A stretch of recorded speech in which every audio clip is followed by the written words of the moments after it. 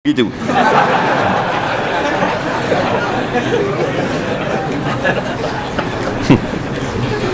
Jawabnya, sebab apa jadi penipuan? Sebab manusia tidak ada iman.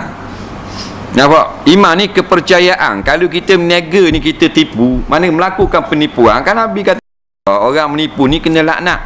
La'anallahu ala kullil mukazzibin. Laknat Allah bagi orang yang suka menipu, orang tak pegang pada janji, cakap pelawak. Tak. Jadi kita percaya kalau begitu akhirat nanti susah. Bila kita percaya dah bahawasanya orang yang menipu ini susah di akhirat, maka datang rasa takut. Maka iman dan takwa memainkan peranan.